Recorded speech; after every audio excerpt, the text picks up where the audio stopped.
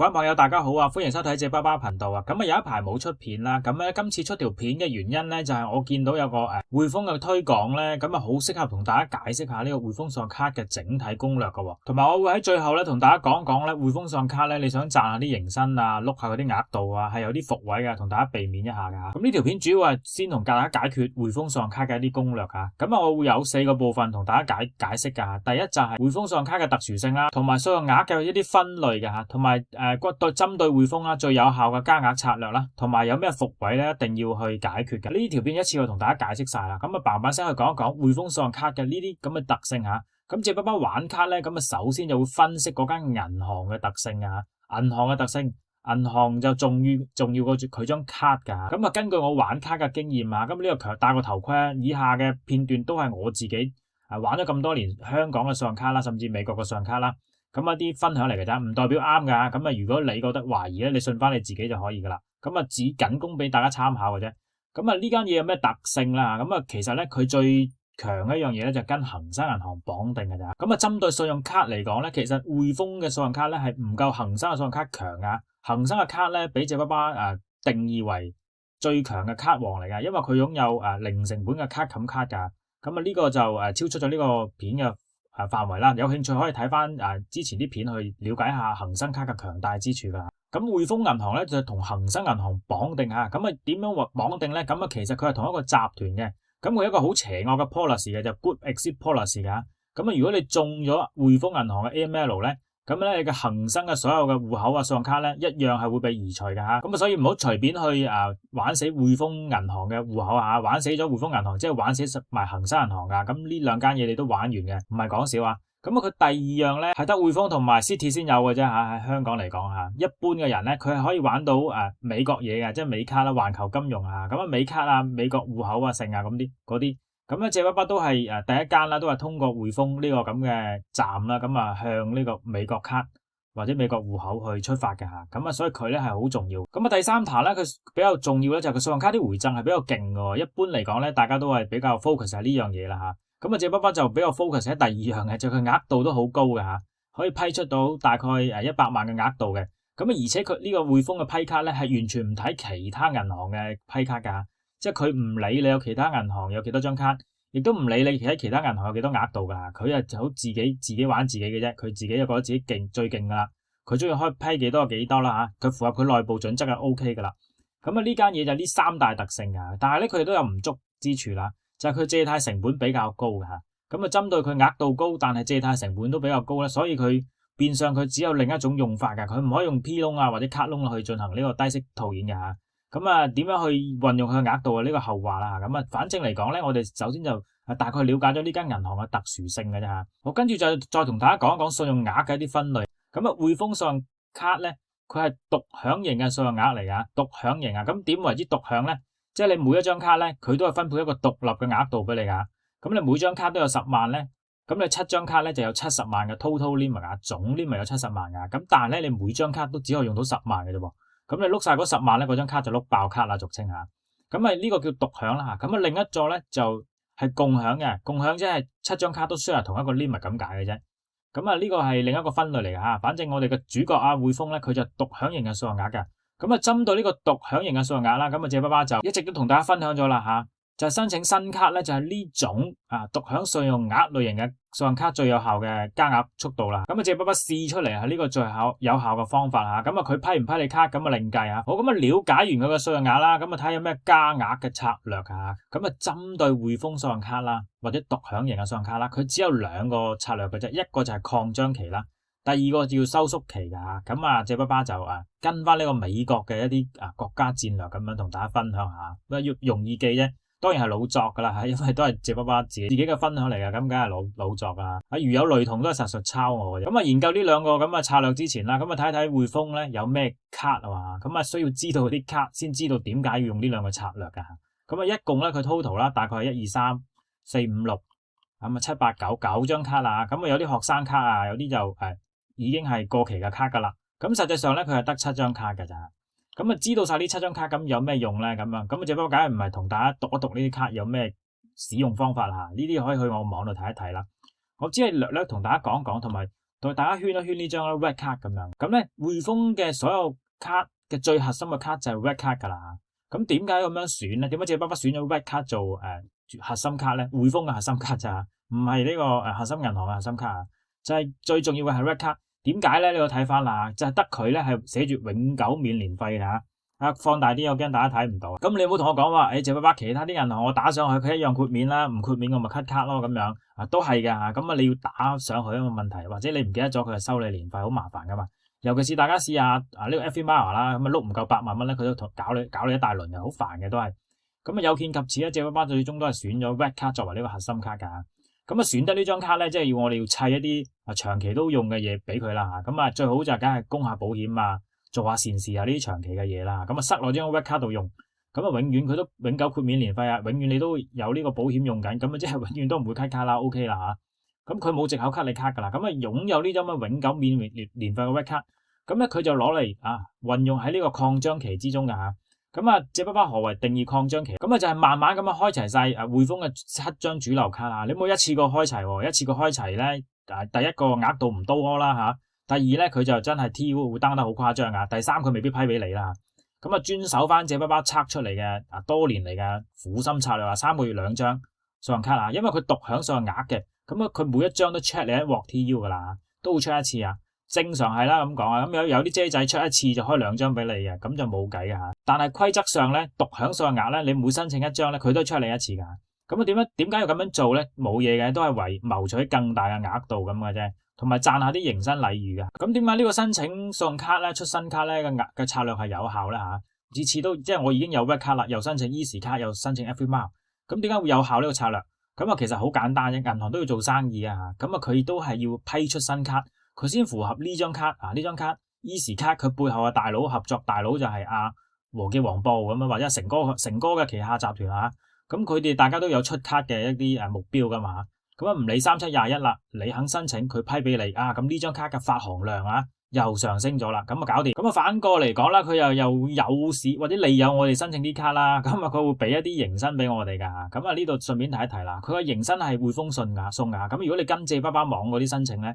嗰啲係 Money Hero 送㗎，兩樣嘢係可以 overlay 㗎 for 呢個匯豐嘅信用卡。咁搞咁多嘢都係互相合作啦。我謀取佢啲額度啦，同埋謀取佢啲迎新營購嘅禮遇啦。佢就謀取多個開卡，即係多個客啦嚇。咁記得啦，慢慢啦，咁將所有信用卡開齊啊。咁你冇以為開齊呢7張卡都需要啲時間嚇，快則都要1年半載啊，遲則都一兩年㗎。咁搞掂啦，開完卡之後咁搞咩咧？咁當然就係收縮期啦嚇。咁何為收縮期咧？就係將其他信用卡咧嘅額度咧就轉移去 red 卡度喎，咁好多人都唔知獨享嘅信用額咧，匯豐啦係可以轉移嘅 limit 㗎。假設呢張 Easy 卡有10萬，FMR 都有10萬，呢張都有10萬，咁一共有30萬㗎嘛嚇。咁你想用 red 卡碌30萬咧，唔好意思唔得㗎嚇。但係咧，如果你將 Easy 卡咧同埋 FMR 卡咧都轉移晒過嚟咧，咁就得㗎喎。咁你唔好聽到呢度就同CS 啲姐仔講話，喂，借爸爸話呢張卡有10萬，我轉晒過嚟都得㗎。咁唔係㗎，佢都有啲規則嘅，最少保留5000或者1萬咁樣嚇。反正我嘅原理就係將呢張卡嘅所有額度都轉移去 red 卡，呢張 FMR 又轉移去 red 卡，如此類推下邊都全部轉移晒啦。咁你可能會隻抽啦，話喂，呢張都永久免年費喎，點解我唔 keep 呢張咧？咁我話唔得嘅，你只要個戶口長期100萬或者有100萬 MPF 嘅，咁你轉移呢張咁very good 啦嚇。至於你話唔係喎，借爸，咁我 cut 咗其他啲卡，咪冇晒啲着數咁啊？咁冇辦法㗎喎，咁針有兩頭利㗎嚇。咁我哋為咗額度謀取啲額度，咁咪要犧牲下啲回贈啦，冇乜計㗎。咁如果你又要謀取個額度，又要可以錯其他卡有回贈嘅，咁冇嘢嘅，咁你花多啲時間再每年再儲一儲佢嘅額度咁解嘅啫。咁搞掂晒嚇。假設你全部卡都慢慢縮晒落去啦，呢度提一提大家一次過搞都得㗎啦嚇。不過依家就更加方便啦，你自己個 app 撳都可以轉移晒啲額度去呢張卡。咁然之後你同CS 或者喺個線上對話嗰度叫佢將呢啲卡全部 cut 晒佢就可以㗎啦。係可以一次過 cut 㗎，咁一次過 cut 會唔會跌 TU 咧？呢種情況係好少嘅啫，因為你所有信用額都轉移晒去 red 卡度啦嘛嚇，咁個分母都係down 得好少㗎咋。咁搞完一輪之後，你冇下個月又走去申請喎，下個月走去申請佢睬你都傻啊！咁你1年後先好再申請啊。呢度順便答一答大家一啲問題㗎嚇，就係點解有啲友咧成日 cut 咗嗰張卡又 FMR，我上年 cut 下年又開，跟住又 cut 又開咁樣，點解佢第3次就唔開俾我咧？咁樣就去鬧佢啊！咁其實就唔係嘅。其實咧就係佢只不過係知道你條友玩嘢啫，有乜理由你張卡上年又唔啱，下年又啱咁樣？咁你為咗戳佢嘅營生，佢梗係唔批俾你啊！你擺明羊毛擋得太羊毛啊嘛，搞唔掂啊咁樣啫。咁大家醒目啲啦嚇，咁等少少時間嚇，1年半載之後再玩個擴張期啦。咁呢個擴張期咪無限 loop 嘅噃嚇，咁啊 loop 到100倍咁好着數，咁啊唔會嘅，直到你嘅月薪12至18倍咧，其實呢個策略就無效噶啦嚇。咁點解去到月薪嘅12至18倍就無效咧？咁完完全全係因為匯豐嘅一啲內部規則啦嚇，一個人嘅信貸額大概都係12至18倍啫，俾多咗你走佬咁啊好難搞啦，係咪先？所以去到12倍到至18倍嘅月薪咧，呢個策略就會失效啦。咁失效之後會咩玩法咧？咁都會有其他玩法去谷佢額噶。但係呢度就唔喺呢條片度同大家分享啦。咁反正就收縮期就咁樣玩啦。咁講下易嘅嚇，咁擴張同埋收縮期啫。咁但係呢兩壇咁嘅幾嘢咧，都有一個問題嘅，就係唔係次次申請佢都批嘅喎。即係呢7張卡咧，你冇一次過申請晒咧，佢真係唔係成日都批俾你啊，或者每張卡都1萬蚊咯咁樣，咁啊冇意義啊，因為我哋要謀出佢嘅額度噶。咁啊，根據借爸爸經驗啦嚇，咁啊點可以增加佢批卡嘅成功率啊？除咗你嘅月薪高啲啊，稅單啊交靚仔啲啊咁啊可以利用推廣嘅迎新期。咁啊銀行磅咗水俾啲各大 KOL 啦去做推廣，咁佢相對地咁啊梗係易啲批卡噶啦嚇。或者反過嚟你諗下，如果佢唔做推廣咧，佢唔批俾你就更加唔批俾你啊，只會更難嘅咋。所以推廣期嚟申請咧，只係易咗噶啦嚇。咁第二個問題就係用啲分身啦嚇，用啲分身都可以倍化收益噶嘛，唔批俾你啫，可能批俾你分身 A 或者分身 B、分身 C 噶嘛，咁一樣可以食到佢啲營生或者食到佢啲額度啦，係嘛？咁所以咧呢個一個好重要啊，利用推廣期去搞噶。咁呢個推廣期都好有用喎，有啲卡咧1000年都唔做推廣嘅，即係1年做一劑嘅，一定係年尾噶啦，即係撞正意價。一陣間會同大家講下邊2張卡。一定係年尾先搞嘅嚇，啲大紅大紫嘅卡咧就年頭做推廣嘅，嗰啲好冷門嗰啲咧年尾做推廣啊！我唔知個市場部點解會咁搞，反正借爸爸觀察出嚟就係咁。好啊，講完咁多之後咧，就同大家分享一下HSBC 一啲迎新福惠。匯豐卡同埋渣打卡咧都係好麻煩噶，多咗個步驟啊，就要上傳相關嘅批核證明啊，梗係啦。如果你做漏咗呢樣咧，一樣係即係冇 Money Hero 送出嘅額外禮遇噶嚇。同埋第二樣好衰噶，佢要限你7日內完成啊。咁啊講下抽獎啊，嗱臨去同大家講一講點樣去搞噶嚇。咁啊去借爸爸個網睇下，借爸爸個網咧就更新咗啲卡噶啦嚇，都幾靚啊！依家更新到靚仔啲嚇。咁啊順便同大家分享下今期嘅2張匯豐卡嘅推廣啊，就係呢張咁嘅匯豐高卡同埋呢個匯豐嘅 Easy 卡㗎。呢2張咧就都係有啲發毛嘅卡啦嚇。即係霉霉地嘅，就好唔好用咧？咁啊用得到嘅當然都好用啦，但係佢應用場景係比較窄嘅。咁啊呢張 Easy 卡咧就專係針對啲百佳啊、屈臣氏啊，即係成哥旗下嘅嘢就可以倍化到有 4.8% 回贈。咁啊另外一張 Visa 高卡啦、金卡啦嚇，咁啊撳入去睇下。咁呢張金卡咧，我自己借爸爸自己覺得佢好靚仔㗎嚇，即係除咗佢個卡面靚仔過人之外咧，我覺得佢冇乜用㗎咋。老實講冇乜用啊。咁但係咧佢係有啲額度啊。004係俾啲額度大家㗎嘛，咁啊有額度啊，又有迎新啦。第二就係，咁佢呢期嘅迎新咧就好着數嘅，呢2張卡都係啦嚇，簽帳都唔使簽嘅，直接申請佢批到你啊 OK 㗎啦嚇。咁啊補一補刀先嚇，咁啊針對呢個迎新期嘅難題咧，二批卡嘅難度咧嚇，寫漏咗一樣嘢。3，你喺呢度出糧咧係有着數㗎嚇，你喺匯豐做出糧戶口咧就好容易係會自動批核啊。有啲人成日問我點解A 又批自動批，我撳極都唔批啊？因為好簡單啫嘛，佢喺匯豐度做自動出糧啊。針對匯豐係咧，即係匯豐同係恒生咧，如果你想喺玩擴充期嘅時候咧，麻煩將你個出糧戶口轉落去呢間銀行度啊。咁啊轉落佢度咧，佢就唔使問你交收入證明嘅。咁因為你係舊客咧，佢連自主證明都唔使問你攞，咁2樣都唔使攞，咁啊唯有自動批核嘅咋，或者自動唔批核啦咁講啊。咁啊所以咧就有着數啦。好，咁啊補完呢個刀之後咧，就回復翻睇啦啊。咁啊推廣期咧。哇！你大家睇得嚟都完㗎啦，其實冇得着數啊，借爸爸得個做字咧，只不過係同大家分享下呢個玩卡嘅邏輯㗎咋嚇。咁啊，不過都係多謝大家支持啊。咁啊，佢唔使簽帳，我唔知點賺錢啊。反正我都做唔到啊。咁我有1100蚊啊 TV Mall 啊，或者800蚊嗰啲gift card 嗰啲嘅。咁啊，梗係揀 TV Mall 啊，多咁多。咁乜都唔使做嘅。咁啊，你做申請咧就有1100蚊㗎啦嚇。咁啊，你肯消費碌下佢咧就疊加有600蚊，咁啊大家都唔係新客啦，多2嚿水嘅 RC 獎賞嘅，咁啊1500-1800蚊嘅咋，咁啊返回翻嗰個中伏位啊，大家聽到呢度就 OK 啦。咁啊成功申請卡之後咧，記得撳呢度啊，呢度唔知點解冇識啊，批核及埋上傳呢個上傳呢個批核證明好麻煩，你撳入去望下。好，咁你撳入去咧，佢係真係會彈你去呢個表格度噶吓，咁即係話咧你又要去填表啦吓，咁填完之後咧，佢會俾埋個例子俾你啊，多謝乜乜物物啊，話你盡快審核啊或者成啊，咁咧你將佢批核咗個嘢啦，其中一樣得啦吓，最好就我通常都係搵個 SMS 咧，直接 attach 翻俾佢就得噶啦。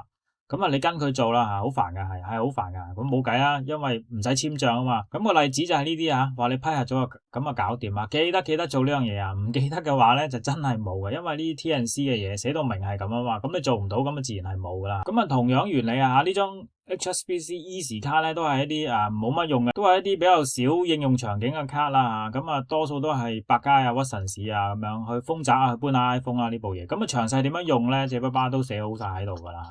基本上你喺運用卡嘅境界上咧，可以睇睇借爸爸呢度都超越咗50%嘅人啦吓。咁咧佢都係唔使簽賬嘅，申請係有啦吓。咁一次過申請晒2張得唔得？係得噶。申請晒2張咧，你就有2200蚊噶咯，係好着數啊！即係申請呢張靚仔啲嘅獅子卡啦、集卡啦當，同埋申請埋呢張咁嘅 Easy 卡啦，咁啊有2200蚊噶啦。咁就記得啦，咁啊用啲分身申請啊成啊咁樣。咁就可以倍發下啲收益啦，咁啊大家記得碌5800就碌啦，都係多2嚿水 RC 啊，好過冇啦。咁啊最後大家提一提大家啦，大家睇得呢條片嘅時候，其實都已經過咗個申請期噶啦吓，咁唔知佢仲會唔會延長啦？咁啊同大家急咁多，只係純粹同大家分享下呢期玩呢個匯豐信用卡嘅一啲攻略邏輯嘅啫吓。咁如果你對今集嘅內容有啲意見或者見解啊，或者你係想同借爸爸分享下你嘅玩卡經驗咧，咁啊歡迎你掃呢個 QR code 啦，咁啊入嚟加入我哋嘅財智研究社。好，我哋今集同大家講咗咁多先啦，我哋下集再見啦，拜拜。